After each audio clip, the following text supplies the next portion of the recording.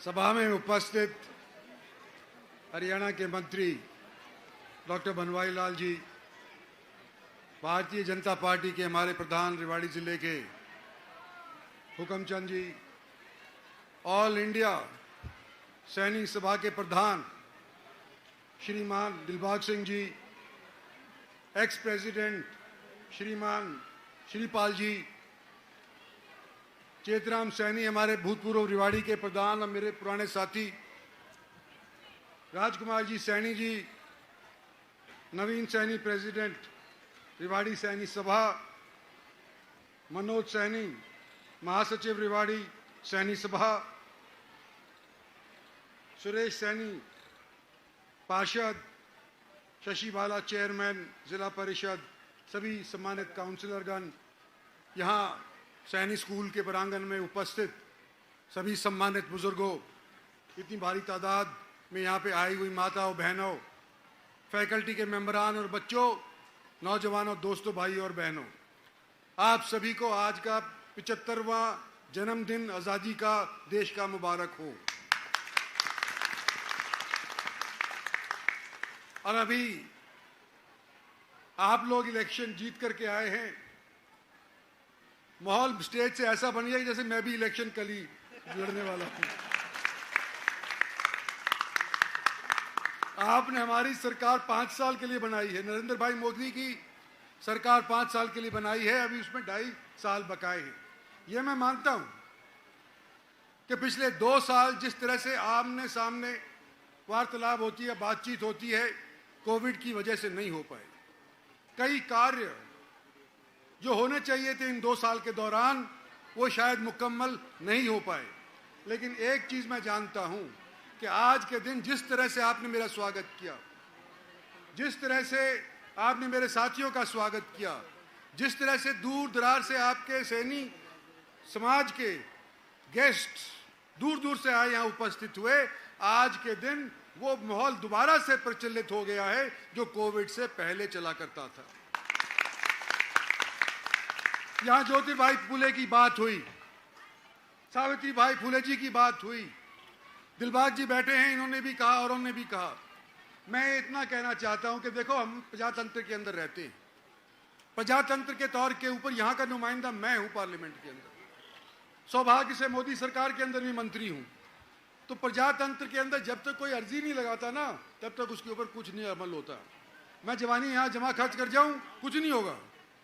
तो मैं आप प्रधान के तौर पे आपको कहता हूं, भूतपूर्व प्रधान के तौर के ऊपर श्रीपाल जी आपको कहता हूं, और जितने भी आप और दस्तखत करवा सकते हो भूतपूर्व प्रधानों के, मौजूदा प्रधानों के, वो करके दो। नरेंद्र भाई मोदी के पास ले जाना मेरा जुम्मा। दूसरा, इन्होंने कहा कि जी हमारा स्कूल, हमारा कॉलेज तो नाम हो गया जो माता माता सावित्रीबाई फूले के नाम पे हमारा कॉलेज तो हो गया, लेकिन मूर्ति नहीं लगाने दे रहे। मेरे को समझ में नहीं आती डॉक्टर साहब ये आपके जिम्मे लगाता हूं मैं कि हरियाणा सरकार करेगी ना ये तो इसके बारे में आप ये करो। और भाई मैं बाद में फिर कहूंगा भूल भाल गया इंद्रजीत सिंह, लेकिन सबसे पहले कह देता हूं कि जो आपने ये आज मेरे को बुलाया है, जिस मकसद से आपने बुलाया है, 21 लाख रुपए मेरी तरफ से भी उसके अंदर मैं देकर,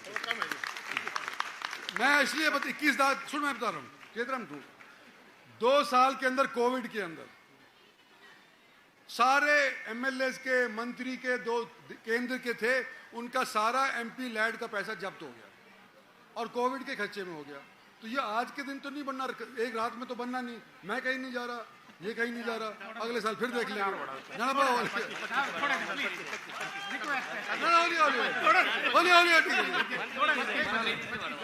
बोलिए आगे जब ये खर्च करो फिर और दे दूंगा, कोई दिक्कत नहीं, ये खर्च तो करो।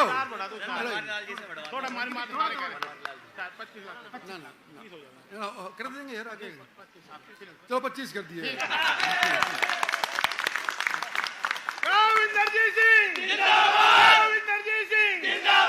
अच्छा मेरी और मैंने आपकी बात मान ली, अब मेरी बात मान ली कि हम 75 साल के आजाद मुल्क के अंदर आज के दिन सांस ले रहे हैं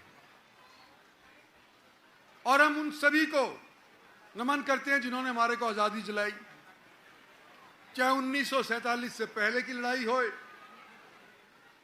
चाहे 1857 की लड़ाई होए, चाहे उससे पहले किसी भी क्षेत्र के अंदर, किसी भी प्रांत के अंदर अंग्रेजों के खिलाफ भारतीय ने किसी ने आवाज बुलंद करी, आज सम खड़े होकर के उनको नमन करें। सबसे पहले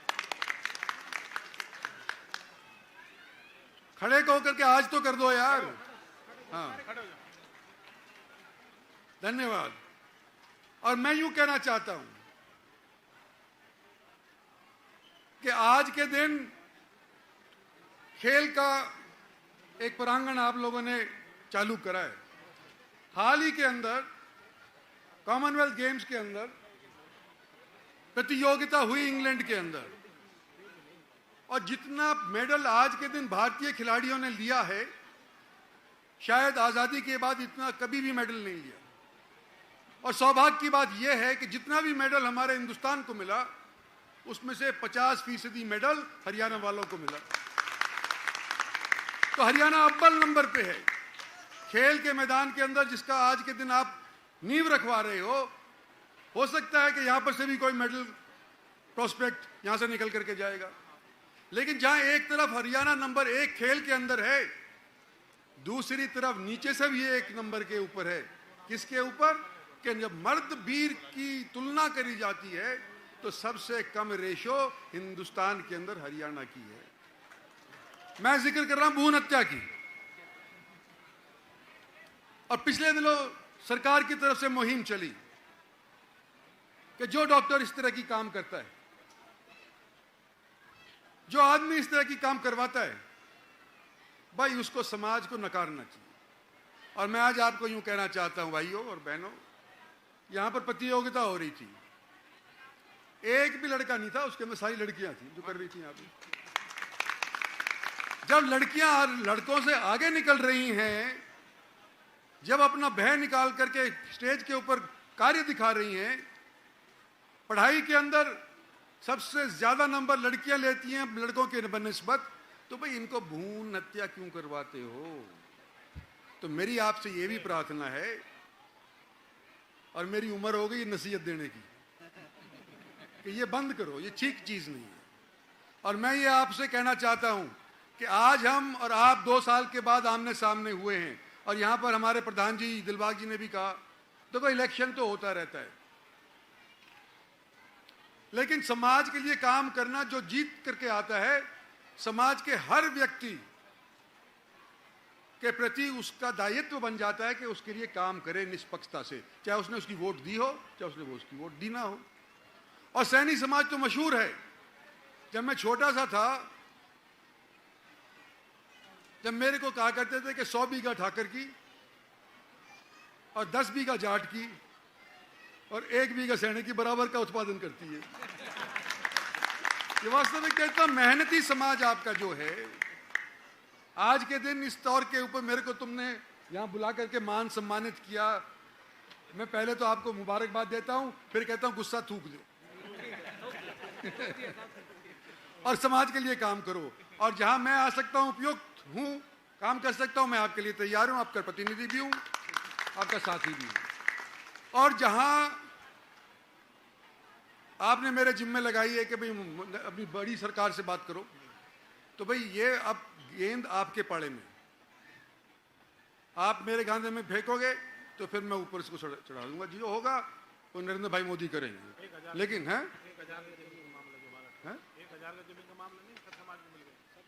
हाँ, धर्मशाला के लिए पहले खट्टर साहब की सरकार थी, तो 5 साल तक तो उन्होंने किसी को नहीं दिया। अब दूसरी बार जब ये बने हैं तो कुछ समाज के लिए उन्होंने ये धर्मशाला के लिए देना तजवीज़ किया है, उसके लिए भी करेंगे, बातचीत करेंगे। अगर हमारी रिवाड़ी के अंदर सैनिक धर्मशाला नहीं है, हाँ, तो फिर नहीं है तो मैं आपकी तजवीज़ करूंगा, कोशिश करूंगा।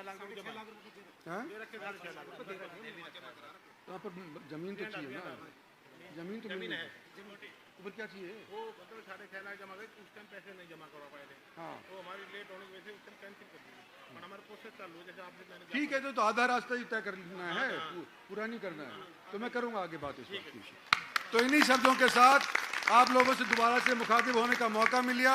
आज का दिन सौभाग्यशाली ऐसा है कि हम और सब आप यहाँ पर इकट्ठे होकर के न केवल आज़ादी का दिवस मना रहे हैं, लेकिन आज के दिन आपके स्कूल की जो खेल ग्राउंड है उसकी नींव भी रखी जा रही है। हाँ, चलते हैं। बहुत बहुत धन्यवाद और जय हिंद।